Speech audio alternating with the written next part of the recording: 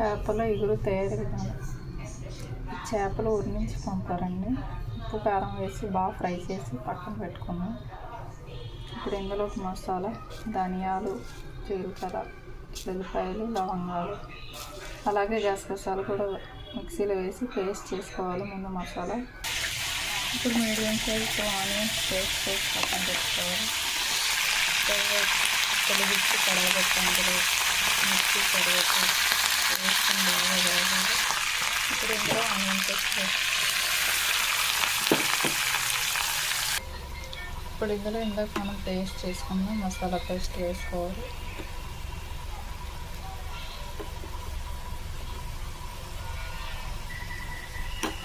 ఇది పచ్చివాసన పోయేంత వరకు బాగా వేయాలి. ఇప్పుడు ఇందులో సాల్ట్ వేసుకున్నామండి, 1 స్పూన్ సాల్ట్,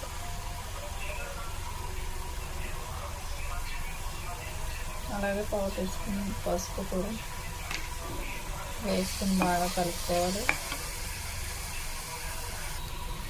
ఇప్పుడు ఇందులో కారం కూడా వేసుకోవాలండి. ఇలా ఆయిల్ సెపరేట్ అయి ఉంటుంది. ఇప్పుడు ఇది బాగా వేగింది. ఇందులో చేప ముక్కలు వేసుకున్నాం.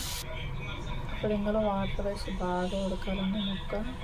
అలాగే గ్రేవీ దగ్గరికి అయ్యేంత వరకు సిమ్లో పెట్టి బాగా ఉడకనివ్వాలి.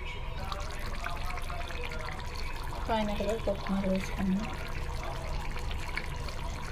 ఇంకా చేపల ఇగురు రెడీ.